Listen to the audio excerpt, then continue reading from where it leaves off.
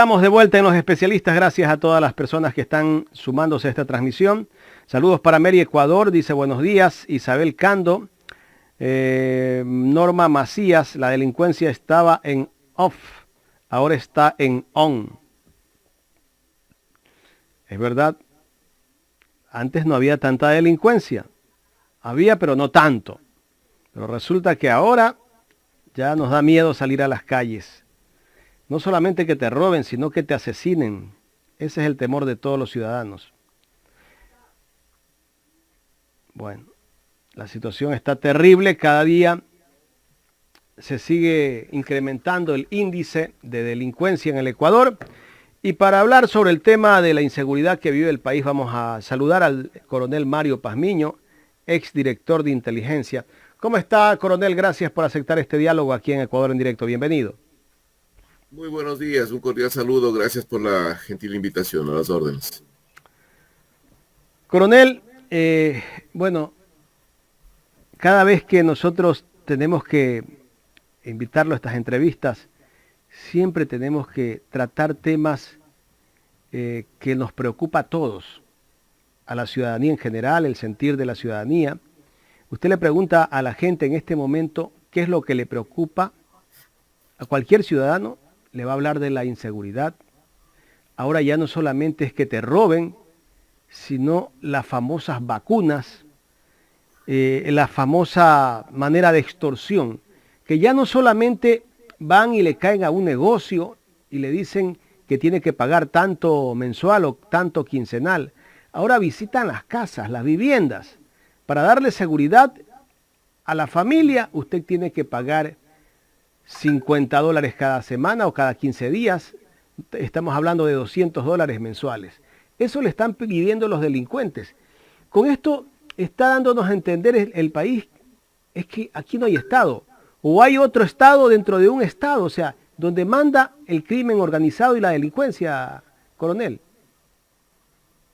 Lo que tenemos básicamente en nuestro país es un santuario. Ecuador se transformó en un santuario del crimen organizado transnacional y esto implica la creación de microestados pequeños o pequeños santuarios. Lo que hacen estos microestados o santuarios es tomar el control por parte de una organización del crimen organizado y establecer las normas, procedimientos y los controles correspondientes. Voy a poner un ejemplo.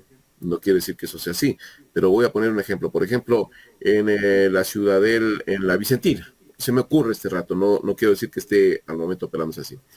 Pero en la Vicentina, por ejemplo, se instala ya un grupo y este grupo comienza a establecer ciertos controles y comienza a exigirle a la población el pago de unos impuestos o vacunas para poderlos asegurar o para poderlos proteger, supuestamente, entre comillas, de otras organizaciones delictivas.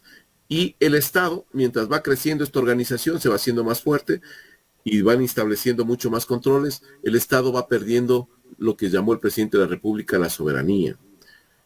La soberanía en territorio se va perdiendo y esto pues es grave y lamentable porque posteriormente se trata de ingresar a esas zonas y la fuerza pública es repelida inicialmente por presencia de personas que quieren que salgan. Posteriormente, como pasó en Esmeraldas hace algún tiempo atrás, pues les dan bala a la fuerza pública. Esa es una forma de decirle que el Estado no tiene control y que quien tiene el control y mantiene el control es directamente pues la organización delictiva que está operando ahí, ¿no? Es como operan al momento. ¿Por qué el Estado no tiene el control en este momento del tema seguridad? ¿Qué tiene que Porque hacer el Estado? el Estado sigue manteniendo la idea de que la mejor forma de intervenir es en base a estados de decepción, de decepción, ¿no? Entre comillas, y también los toques de queda. Esos son para el Estado las medidas que tienen que tomarse. Yo he propuesto que se cambie el modelo y sea otra estrategia, porque a quién se está enfrentando el Estado no es a la pandilla pequeñita o al arranchador o al que roba el carro, no. Se está enfrentando al crimen organizado transnacional, entonces tiene que cambiar de estrategia. Y esa estrategia implica una presencia disuasiva permanente. ¿Qué es la presencia disuasiva permanente, señores? No es otra cosa que la integración de todas las fuerzas de seguridad de una localidad bajo un mando único, que ya no sería de la Policía Nacional, y esa estructura comienza a operar en todo ese territorio para restablecer la normalidad y seguridad del caso. Por ejemplo, voy a poner la ciudad de Guayaquil.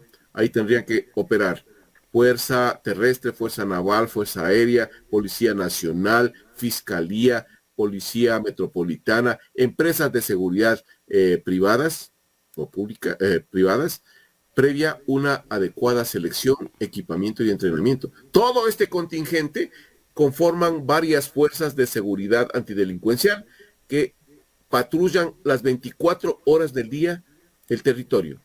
Ese es el cambio que se tiene que hacer, porque aquí los patrullajes son de cuarto de hora, 20 minutos, 30 minutos, un control y se retiran a ubicarse en otra zona. No, estos patrullajes son permanentes. Correcto. Se necesita un patrullaje permanente, como usted dice. Yo creo que el gobierno a veces actúa con sus estados de sección, pero solamente esos estados de sección duran un mes y resulta que después vuelve a lo mismo todo.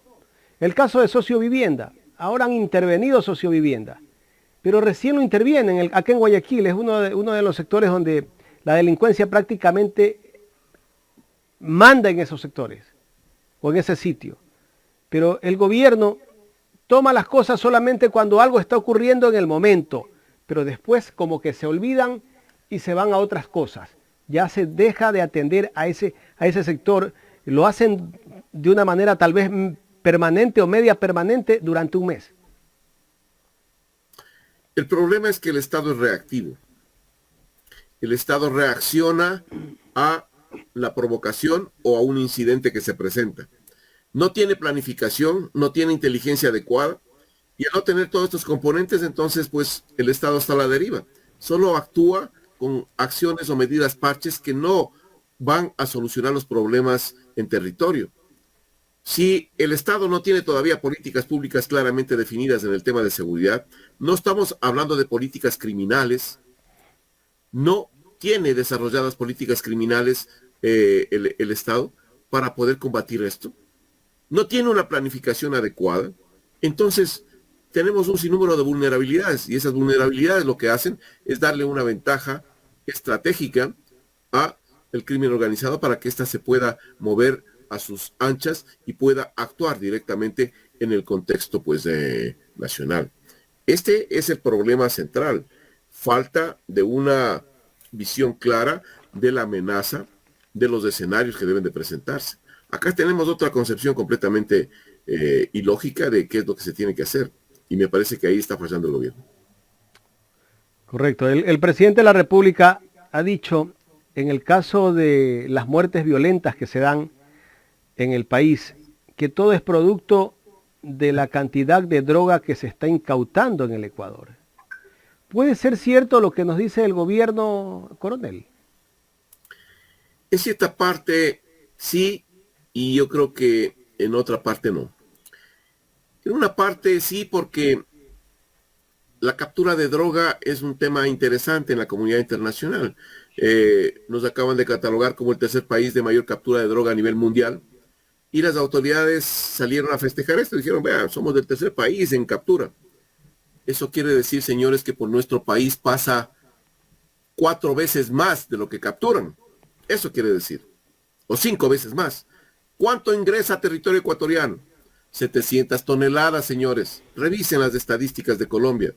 En el vector que está en el departamento de Nariño y la provincia de Esmeraldas, por ahí sale 75% de la producción de cocaína de Colombia. 700 toneladas ingresan a territorio ecuatoriano, aproximadamente. ¿Por dónde salen? 52% de esas 700 toneladas salen por el puerto de Guayaquil, 35% por el puerto de Manta, 10% por el puerto Bolívar y 3% por el puerto de Esmeraldas. Entonces, si por ahí sale toda esta droga, señores, quiere decir que tenemos un problema mucho más grave, pues.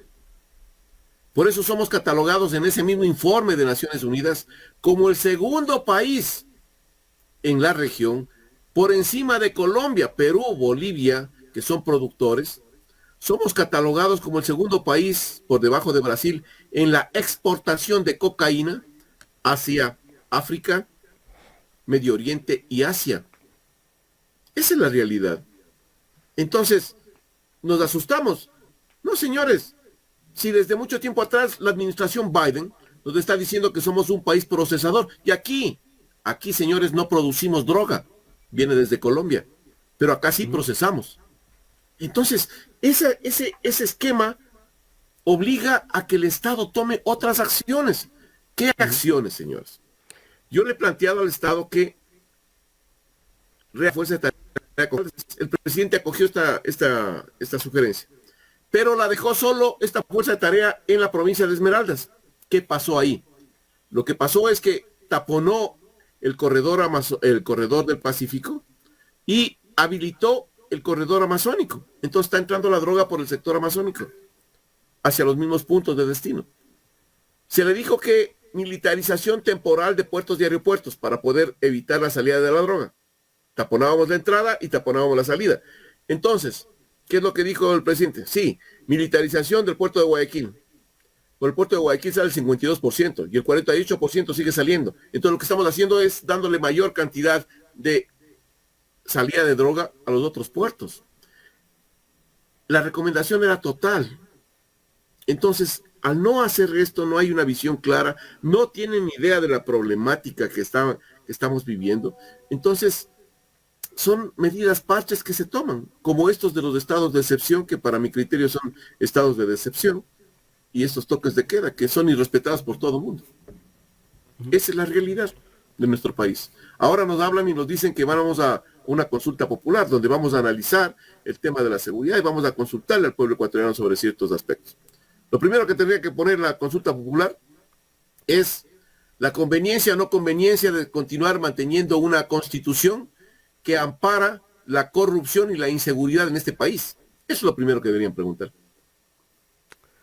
Coronel, ¿de quién es el control? ¿Quién es el que tiene que controlar la entrada y salida en el país? Es el Estado, ¿verdad?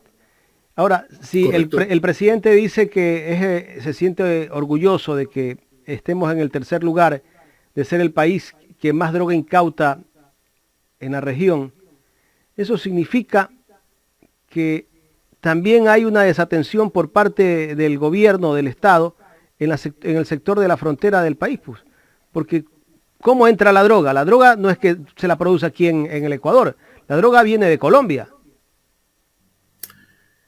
La frontera ha sido un espacio territorial desatendido por todos los gobiernos de turno. ¿Y por qué? Porque la cantidad de población que existe en la frontera no es representativo, entre comillas, para los intereses políticos. ¿Usted ha visto a un presidente de la República ir a recorrer la frontera para hacer campaña política? No, porque eso para ellos eso es pérdida de tiempo. Mejor hago un mitin en donde convoco a unas 5,000 personas que ponen a recorrer esa realidad que está ahí y que es lacerante. Entonces abandonamos las fronteras desde muchas décadas atrás. Cuando alguien mantenía, me acuerdo yo, hace algunas décadas también, en los años 80, 90, el ejército hacía las denominadas fronteras vivas, operaciones de seguridad y desarrollo en la frontera, con otros organismos estatales. Pero eso dijeron que no, que es una pérdida de tiempo, que vamos más bien viendo algunas otras cosas alternativas y dejamos que esa población caiga en manos de la guerrilla, de la narcoguerrilla, de los grupos de narcotráfico, etcétera, etcétera, etcétera.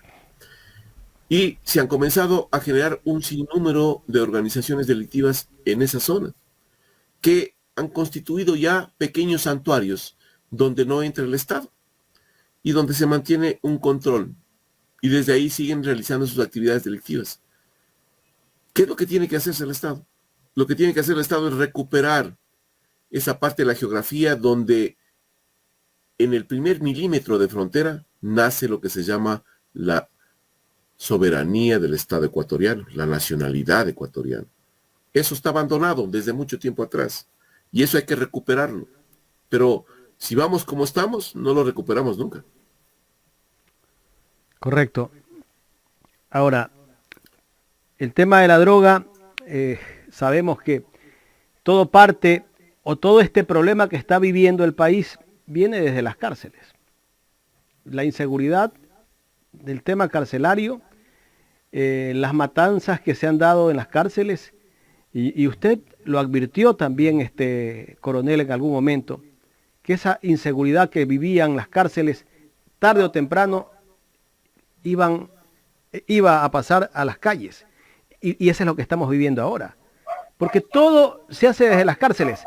Los asesinatos, muchas veces, las órdenes vienen desde las cárceles.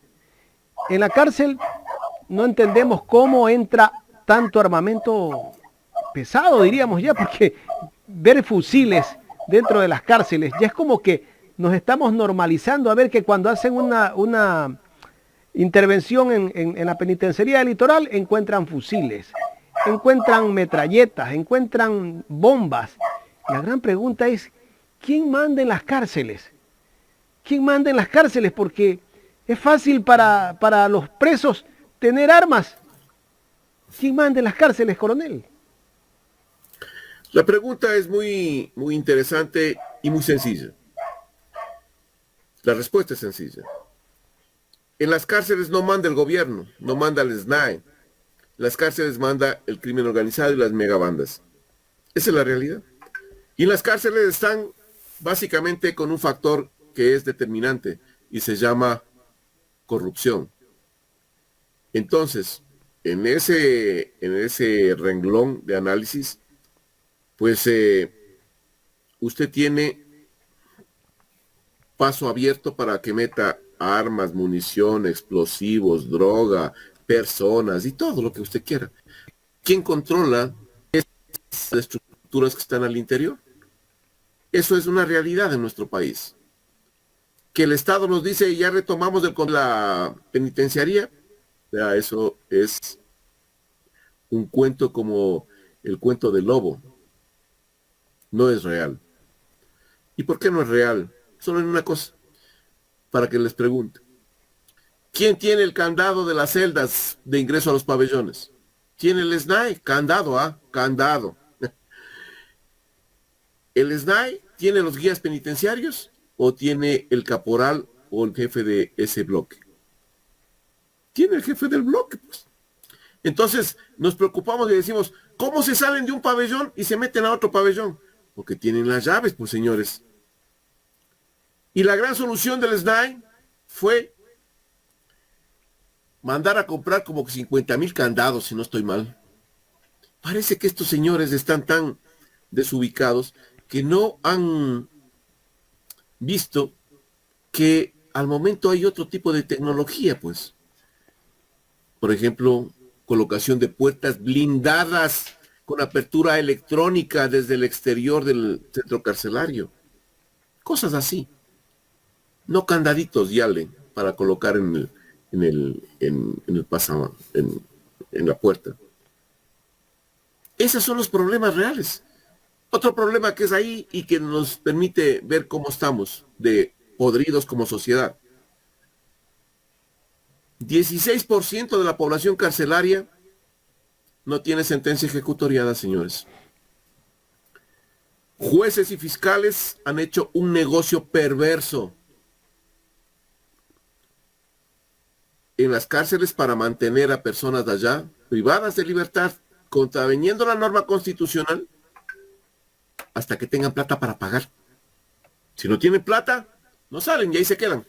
Y comienza el calvario de la supervivencia de una persona cuando ingresa a un centro carcelario, que tiene rápidamente que buscar la protección de ¿quién? De una megabanda que está operando ahí. Y entonces se siguen fortaleciendo estas estructuras. Esa es la realidad de nuestro país, señores. Y nos asustamos cuando vemos que hay masacres. ¿Por qué hay las masacres? Porque hay una pugna interna por el control de todo el centro o de otro pabellón. Cada pabellón genera aproximadamente unos 8.000 a 10.000 dólares diarios. Esos 8.000 o Es 10.000 dólares diarios, ¿de dónde se recauda ese dinero? ¿De dónde sale? de todos los presos y todas las personas que tienen que hacer alguna actividad ya. Le pongo un ejemplo. O sea, pagan Usted por la seguridad. paga por la seguridad, paga por comprar una Coca-Cola, paga por comprar un tabaco, paga por comprar un pollo, todo eso paga. Y todo eso pagan para la organización que está en el momento controlando el pabellón. Ahora, una consulta ya en la recta final de este diálogo, coronel. La alcaldesa de Guayaquil ha propuesto que acá en la ciudad de Guayaquil se construya una cárcel en una isla. ¿Usted cree que esta es la salida para combatir la inseguridad que hay en la penitenciaría del litoral? No. Señores, a ver, está bien una iniciativa en la cual se trate de sacar el centro carcelario hacia otro sector porque está metido en la urbe y eso conmociona a la sociedad y tanta cosa. Sí, pero aterricemos en la realidad. El Estado no tiene recursos para mandarse una infraestructura de esa magnitud. Esto implicaría gastos mayores de lo que tenemos al momento en la penitenciaría del litoral. Gastos como que traslado permanente de abastecimientos para esas personas. Tendrían que mantener una urbanización o una lotización o un centro para vivienda de todos los guías penitenciarios. Tendrían, por otro lado, que hacer permanentes desplazamientos para abastecer y reabastecer esta zona de allá. En definitiva, más serían los costos que los beneficios que podríamos tener. Eso por un lado. El Estado no cuenta con los recursos para hacer este tipo de infraestructura. Yo lo que creo que si la iniciativa puede ser tomada como algo interesante, no aterriza en la realidad ecuatoriana. Porque, señores, en ese caso todo mundo, toda ciudad debería ir pensando a dónde sacar los centros carcelarios, pues sacarles para la selva, sacarles, yo qué sé, para una montaña. No tengo idea. Entonces, lo que creo yo es que debemos de jugar con lo que tenemos. Tenemos al momento una penitenciaría que tiene que hacerse un sinnúmero de rectificaciones en su infraestructura. Tenemos que esas instalaciones carcelarias tienen que ser mucho más amigables, entre comillas, este término, con los privados de libertad. ¿Qué quiero decir con esto? Que tengan mejores servicios, señores. Porque las penitenciarías y los centros carcelarios se han convertido en cloacas humanas, con niveles de hacinamiento tan vergonzosos que debería caer la cara de vergüenza al Estado en la comunidad internacional.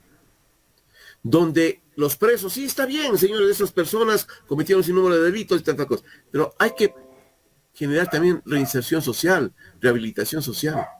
Y no tenemos nada de eso. No hay médicos, no hay tratamiento psicológico, no hay un sinnúmero de cosas. La solución que tenemos nosotros para estos centros carcelarios, de acuerdo al Estado, es colocar militares o policías a cargo de esta institución. Error garrafal, porque nadie les ha formado a los militares ni a los policías para ser administradores de centros carcelarios. Ahí tienen que estar antropólogos, criminólogos, sociólogos, expertos de negociación, expertos de manejo de crisis. Esas personas tienen que estar ahí y conformen un comité para que administren de una manera adecuada, no solo la parte física, sino también de los seres humanos que están ahí. Entonces, hay que atender. Yo creo que una atención de esa manera en una actividad mucho más directa, pues puede reducir también los niveles de violencia. Sin embargo, pues la presencia de estas organizaciones de allá dificulta tremendamente este desarrollo, ¿no? Fíjese lo que le pasó a la esta comisión de pacificación. No logró nada. Uh-huh. Es una gran verdad. Coronel, quiero agradecerle por haber aceptado dialogar No, con nosotros aquí en Ecuador en gracias, Directo. muy amable. Un buen día. Gracias al coronel Mario Pazmiño, exdirector de inteligencia.